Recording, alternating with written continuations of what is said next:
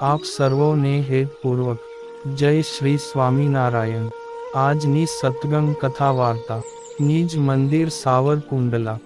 આજે આપણે સત્સંગ કથા વાર્તાના માધ્યમે એ વ્રત જીવ્રત વ્રતની પૂજા વિધિ અને કથા વાર્તા ખૂબ જ ભાવથી સાંભળશું। અષાઢ મહિનામાં વદ તેરસથી અમાસ સુધી 3 દિવસ આ વ્રત થાય। આ વ્રત કરનારે સવારે વહેલા ઉઠી નાહી ધોઈને સ્વચ્છ કપડાં પહેરી માતાજીના મંદિરે જઈ ઘીનો દીવો કરવો, પછી માતાજીની પ્રાર્થના પૂજન કરવા, દર્શન કરી થેર આવી એ વ્રત જીવ્રતની કથા સાંભળવી, પછી એકટાણું ભોજન લેવું અને તે પણ મીઠા વગરનું મોળું ભોજન લેવાનું। પછી અમાસના દિવસે આખી રાત્રિ જાગરણ કરવાનું, માતાજીના નામનો અખંડ દીવો બાળવાનો। આવી રીતે 5 વર્ષ સુધી વ્રત કરવાનું। 5મા વર્ષે આ વ્રતનું ઉજવણું કરવાનું। ઉજવણામાં એ વ્રત જીવ્રત માની ગોયણી કરવી, 5 ગોયણી કરવાની। ગોયણી કરેલી સૌભાગ્યવતી સ્ત્રીઓને જમાડી પછી બંગડી ચાંદલા વગેરે આપવાના। અને હવે સાંભળીએ એ વ્રત જીવ્રતની વાર્તા। સોનવતી નામે એક નગર હતું। નગરમાં સોમદત્ત નામે એક બ્રાહ્મણ રહેતો હતો। એક જમાનો એવો હતો કે જો સ્ત્રી નિસંતાન હોય તો કોઈ તેનું મોઢું ન જુએ। વાંઝિયાનું મોઢું કોણ જુએ એમ કહી તેની નિંદા કરે, તેને વગોવે। એક ગામમાં એક બ્રાહ્મણ દંપતી રહે। ગોર અને ગોરાણી બધી વાતે સુખી, પણ પગલીનો પાડનાર પુત્ર પ્રભુએ આપ્યો ન હતો, તેથી નિસંતાનપણાનું દુઃખ આ દંપતીને સાલતું હતું। સંસારના મહેણાં ટોણાં સહન થતાં નહીં, તેમનાથી આ દુઃખ ખમાતું ન હતું। આ દંપતીએ ભગવાન શંકરની ખૂબ જ ભક્તિ કરી। ભોળાનાથ આ બ્રાહ્મણ પર અતિ પ્રસન્ન થયા। શિવજીએ કહ્યું કે તારે ત્યાં પુત્રનો જન્મ થશે, પણ તેને પરણાવવા માટે પ્રયત્ન કરીશ નહીં। તેનો સર્વાંગી ઉછેર કરજે, તેને ખૂબ ભણાવજે, પણ લગ્નના બંધનમાં નાખીશ નહીં। શિવજી તથાસ્તુ કહી ચાલ્યા ગયા। બ્રાહ્મણ પ્રસન્ન વદને ઘેર આવ્યો। પોતાની પત્નીને બધી જ વાત કરી। પત્નીના હર્ષનો તો પાર ન હતો। સમય જતાં શિવજીના આશીર્વાદ પ્રમાણે પુત્ર તનનો જન્મ થયો। પુત્ર ઘણો રૂપાળો હતો। પુત્રનું લાલન પાલન, ઉછેર, ભણતર વગેરે માટે માતા પિતાએ ખૂબ જ કાળજી રાખી। આવા દીકરાને કુંવારો રાખવો કોને ગમે, એટલે બ્રાહ્મણે શિવજી પાસે રાખેલી શરતનો ભંગ કર્યો। આ બ્રાહ્મણે પોતાના સ્વાર્થ માટે ભગવાન શંકરને છેતર્યા। દીકરો હજી પરણીને ઘેર આવ્યો ન હતો, ત્યાં એકાએક આકાશમાં તોફાન ચડી આવ્યું। વાદળાંઓનો ગડગડાટ અને વીજળીના ચમકારા થવા લાગ્યા। બારે મેઘ ખાંગા થયા, જાન ઘેર આવી શકી નહીં અને ગામના પાદરમાં જ રોકાઈ ગઈ। ચારેય બાજુ પાણીનું જ સામ્રાજ્ય હતું। એકાએક એક ઝેરી સાપ પાણીમાં તણાતો આવી પહોંચ્યો અને વરરાજાને દંશ દઈ સડસડાટ ચાલ્યો ગયો। સાપના ઝેરથી તરફડીને વરરાજાનું પ્રાણ પંખેરું ઉડી ગયું ને કલ્પાંત કરતી વહુ પોતાના પતિના મૃતદેહને મંદિરમાં લાવી। રસ્તે જતી એક મજૂરણ બાઈએ આ બધું જોયું। વહુને ઓળખી ગઈ અને ઉતાવળે પગલે ગામમાં જઈ વહુની સાસુને બધી વાત કહી। બ્રાહ્મણી તથા આડોશ પાડોશના માણસો દોડતા મંદિરે આવ્યા, પણ આ બાજુ વહુએ મંદિરના દરવાજા બંધ કરી દીધા છે। સાસુએ મંદિરના દ્વાર ખખડાવી કહ્યું, બેટા દરવાજો ખોલ, પણ વહુ દરવાજો ખોલતી નથી। આખરે કંટાળીને સવાર થાય ત્યારે વાત એમ વિચારી બધા ગામમાં ગયા છે. રાત્રિના પહેલો પ્રહર થયો અને એવરત માંગ મંદિરે પધાર્યા. જોયું તો મંદિરના દરવાજા બંધ છે. એમણે તો કમાડ ખખડાવી અવાજ દીધો કે મંદિરમાં કોણ છે? જે હોય તે કમાડા ઉઘાડે, નહીં તો મારા શાપનો ભોગ બનવું પડશે. વહુએ આ સાંભળી દરવાજા ઉઘાડ્યા અને જોયું તો કોઈ દેવરૂપ લઈને બાઈ ઊભા છે. હાથ જોડીને વહુએ પૂછ્યું, આપ કોણ છો? ત્યારે દેવી બોલ્યા, તેમ મને ઓળખી નહીં. આ મંદિર અમારી 4 બહેનોનું છે, એવરત, જીવરત, જયા અને વિજયા. જેમાં હું એવરતમાં છું, પણ આ અંદર કોણ સૂતું છે? એવરત માની વાત સાંભળી વહુ બોલી, માડી, મારા ઉપર દયા કરો. પરણ્યાને હજી થોડો જ સમય થયો અને મારા પતિને નાગે દંશ દીધો છે અને જેનાથી તેઓ મૃત્યુ પામ્યા છે. માટે દયા કરીને હે માડી, મારા પતિને જીવતદાન આપો. તેનું વચન સાંભળી એવરતમાં કહે, હું જે કહું તે કરીશ. વહુ કહે, હા માંગ, તમે જે કહેશો તે કરીશ. પણ મારા પતિ જો જીવંત થતા હોય તો હું ગમે તે ભોગ આપવા તૈયાર છું. એવરત માંગે કહ્યું, તો તને જે પહેલું બાળક થાય તે મારું બોલ છે તૈયાર. ત્યારે વહુ કહે, હા માંગ, આપીશ, પહેલું બાળક તમને આપીશ, પણ કૃપા કરીને મારા પતિને જીવિત કરો. એવરત માએ તેના પતિ ઉપર દૃષ્ટિ કરી, ત્યાં તો પતિના શરીરમાં ચેતન જણાયું. એટલામાં પહેલો પહોર પૂરો થયો અને એવરતમાં અદૃશ્ય થઈ ગયા. બીજા પહોરે વળી પાછું મંદિરનું બારણું ખખડ્યું.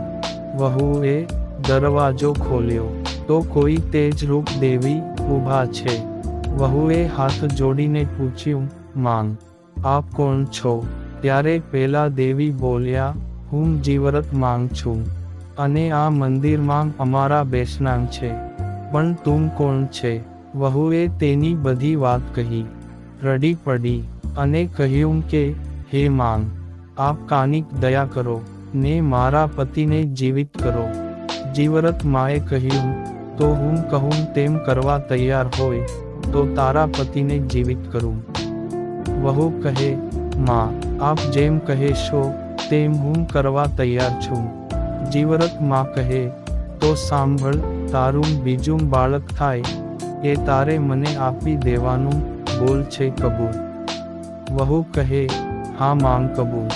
અને પછી તો જીવરત માએ પણ તેના પતિના શરીર ઉપર કૃપા દ્રષ્ટિ કરી અને તેના પતિના શરીરમાં વધારે સળવળાટ થયો. ત્યાં તો જીવરત માંગ પણ અલોપ થઈ ગયા. હવે વહુને થયું કે ચોક્કસ મારા પતિ સજીવન થશે. જે આમ તેણીના મનને ધરપત થઈ. ત્યાં જ પાછા મંદિરના બાયણાં ખખડ્યા. વહુએ દરવાજા ખોલ્યા તો જયા માં ઊભા હતા. પોતાની બધી વાત જયા માને વહુએ કહી અને કહ્યું કે, હે માં, આપ કાનિક દયા કરો. ત્યારે જયા માએ કહ્યું કે, તારે જે ત્રીજું બાળક થાય તે તારે મને આપવાનું. આ વચન જો તું મને આપે તો જ તારા પતિદેવને સજીવન કરું. જયા માં કહે તેમ વહુ કરવા તૈયાર થઈ. એટલે જયા માએ તો પતિ ઉપર દ્રષ્ટિ કરી અને તેનો પતિ પડખું ફર્યો. ત્યાં તો જયા માં પણ અંતર્ધાન થઈ ગયા. આમ રાત્રિના 3 પહોર વીતી ગયા છે. આને ચોથો પ્રહર થયો કે વિજયા માંગ આવ્યા. વિજયા માને જોઈ વહુ તો કરગરવા લાગી અને પોતાની કથની કહેતાં બોલી, આપ મુજ દુઃખી ઉપર દયા કરીને મારા પતિને જીવતા કરો માંગ. ત્યારે વિજયા માંગ બોલ્યા, તું જો મારા કહ્યા પ્રમાણે કરે તો તારા પતિને સજીવન કરું. કરીશ માં, તમે જેમ કહેશો તેમ હું કરીશ. જીવ કહેશો તો જીવ આપી દઈશ માંગ, પણ મારા પતિને સજીવન કરો. વહુ બોલી, દીકરી, તારો જીવ નહીં પણ તારું ચોથું બાળક મને તું આપી દેજે. એમ વિજયામાં બોલ્યા. ચોથું બાળક આપ્યું તમને માંગ, વહુ બોલી.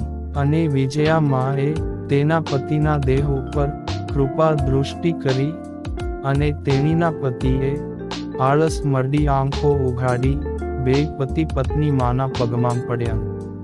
પછી વહુએ 4 માતાજીને આપેલા વચનની વાત તેના પતિને કરી. અને જ્યાં સવાર પડ્યું કે એક પૂજારીજી મંદિરે પૂજા કરવા આવ્યા. આને આ બે પતિ પત્નીને માતાજીની પૂજા કરતા જોયા અને તુરત તે વાત કરી. પૂજારીજી ગામમાં ગયા અને બ્રાહ્મણના માતા પિતાને સૌ પૂજારીની વાત સાંભળીને હર્ષ ઘેલા થઈ મંદિર તરફ દોડ્યા. મંદિરે આવીને પોતાના પુત્ર તથા પુત્રવધૂને હેમખેમ જોઈ બધાને આનંદ થયો અને સૌ ઘરે આવ્યા. પછી સમય જતાં વહુને સારા દિવસો દેખાયા અને બરાબર 9 માસે પુત્રને જન્મ આપ્યો. એટલે બીજે જ દિવસે રાત્રે એવરતમાં આવ્યા અને વહુને કહ્યું, દીકરી જાગે છે કે ઊંઘે છે? જાગું છું માં, વહુ બોલી. આપેલું વચન યાદ છે ને? માંગ બોલ્યા, હા માં, આપેલું વચન કેમ ભૂલાય? વહુ બોલી, તો લાવ મારો દીકરો. એવરતમાં એ દીકરાની માગણી કરી અને વહુએ તો પોતાના દીકરાને વચન પાળવા એવરતમાંને સોંપી દીધો. પોતાના પતિના જીવન માટે પોતાના જણિયાનું બલિદાન આપ્યું. સવારે સાસુને ખબર પડી કે વહુની પાસે બાળક નથી.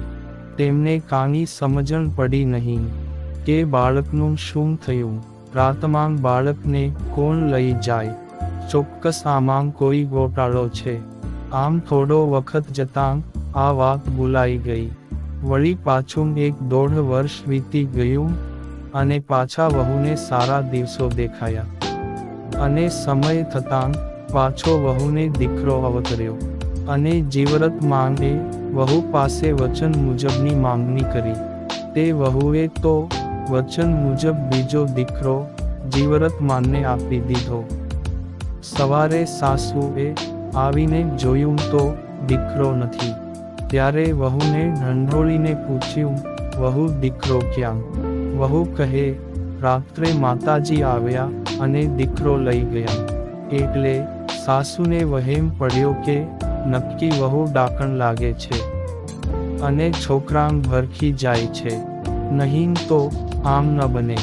માતાજી તો દીકરા આપે, લઈ થોડા જાય. સાસુને લાગ્યું કે વહુ ખોટું બોલે છે. દીકરા બે ભરખી ગઈ અને માતાજીનું નામ આપે છે. હવે ની વાર બરાબર ધ્યાન રાખવાનું એમ મનમાં નક્કી કર્યું. વળી સમય જતા વાર નથી લાગતી ને વહુએ ત્રીજી સુવાવડ માંગ પણ દીકરો જ અવતર્યો. સાસુ વહુના ખાટલે બેઠી જાગે છે ત્યાં તો જયામાં આવ્યા અને ઘરમાં આવી ચારે બાજુ નજર ફેરવી. નિંદ્રા દેવીને પ્રેરણા કરી તે આખા ઘરના બધા સૂઈ ગયા. આને ખાટલે બેઠેલી સાસુ પણ ઝોકા ખાવા લાગી. પછી જયામાંએ વહુને આપેલા વચનની યાદ દેવડાવી. વહુએ તો ત્રીજો દીકરો પણ આપી દીધો. સવારે સાસુ જાગીને જુએ છે તો દીકરો ગુમ. સાસુએ તો રારોલ કરી મૂકી, પણ હવે થાય શું? આખા ગામમાં વહુ તો ડાકણ છે ને 3 દીકરા ભરખી ગઈ તેવી વાતો થવા લાગી. આ વાત ફેલાતી રાજાના કાને પહોંચી. રાજાને નવાઈ લાગી કે કમાલ છે. માંગ દીકરા ખાય નહીં અને ડાકણ કદી થાય નહીં. નક્કી કાંઈ ભેદ છે. તેમણે સાસુને કહેવડાવ્યું કે હવે અમને બોલાવજો. અને સમય જતાં વહુને ચોથી પ્રસૂતિ આવી. આ વખતે રાજા પોતે પહેરો ભરે છે, કારણ કે તેને જાણવું છે કે વાતમાં શો ભેદ છે. ત્યાં તો અડધી રાત્રિ વીતી છે અને વિજયા માંગ ચોથા દીકરાને લેવા આવ્યા.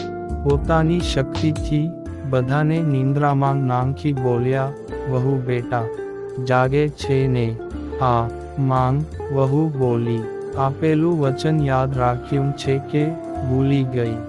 વિજયા માંગ બોલ્યા, ના ના માડી, બરાબર યાદ છે. વહુ બોલી, તો લાવ મારો દીકરો. વિજયા માં બોલ્યા. વહુએ વચન મુજબ ચોથો દીકરો વિજયા માને આપી દીધો. સવારે બધાએ જોયું તો દીકરો ન મળે. સાસુ તો વહુને જેમ તેમ બોલવા લાગી, પણ રાજાને કાનિક રહસ્ય લાગ્યું. આમાં નક્કી કાનિક ભેદ છે. વળી સમય જતાં વહુને 5મી સુવાવડ આવી અને દીકરી અવતરી. અને સવારે સાસુએ જોયું તો દીકરી સલામત છે. સાસુને સંતોષ થયો. દીકરી કિલકિલા કરે છે. આથી વહુએ કહ્યું કે માં મારે ગોયણી જમાડવી છે. સાસુએ કાંઈ જવાબ આપ્યો નહીં. તેથી વહુએ તો બીજે દિવસે સવારે વહેલા ઉઠીને નાહી ધોઈને ફૂલ પૂજાપો લઈને એવરતમાં જીવરતમાનના મંદિરે આવી અને માતાજીને કહ્યું, માં મારે વ્રતનું ઉજવણું કરવાનું છે, માટે તમે ચારેય માતાજીઓ મારા ત્યાં ગોયણી થઈને આવો.